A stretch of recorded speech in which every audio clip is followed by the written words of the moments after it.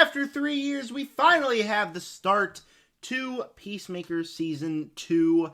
Now, Peacemaker Season 1 was a show I was looking forward to just because of how much I like John Cena's character in The Suicide Squad, and I ended up really loving, so I was obviously looking forward to this. Not only because it was part of the new DCU, I was going to explain some things, but because I was excited to see the continuation of these stories, continuations of the characters after Season 1.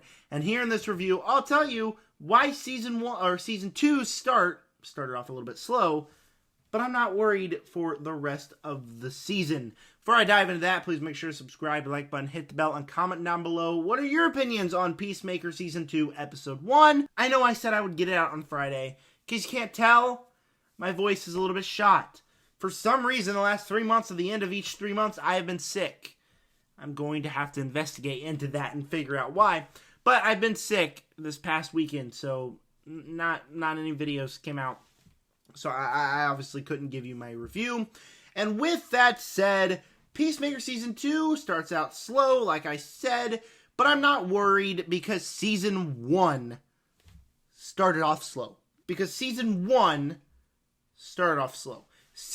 1 did not get my interest at all until maybe about episode 3 or 4.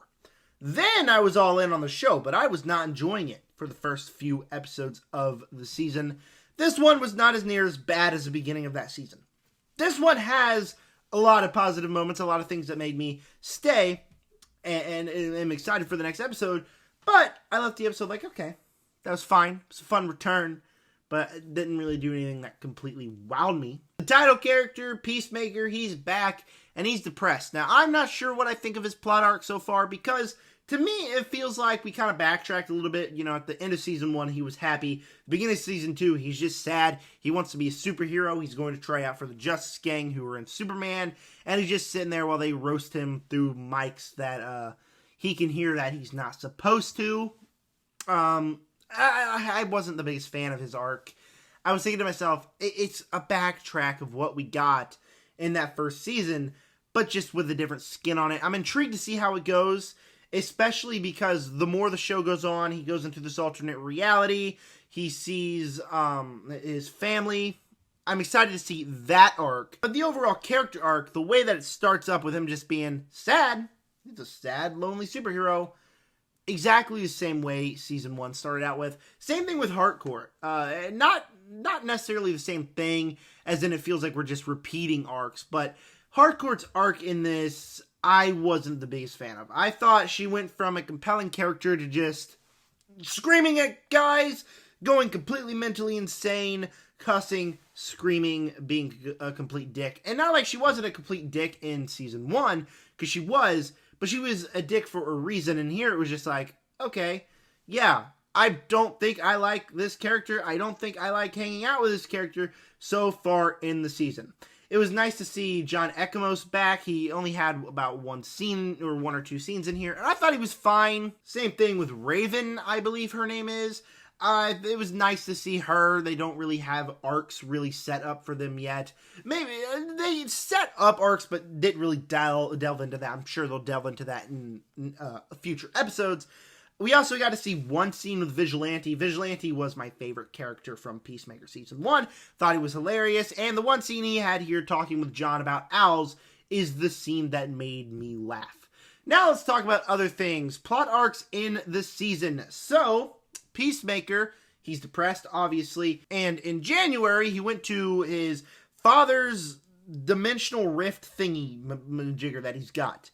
And he goes in, and he opens one of the doors, and it's to a future or a alternate reality where his life is drastically different. His brother's still alive. His dad's actually a good guy. Don't really think he's necessarily racist in this reality. And he sees his dad and runs back into the his world. Now, about 6 months later, he decides to do this again after failing his trial with the Justice Gang.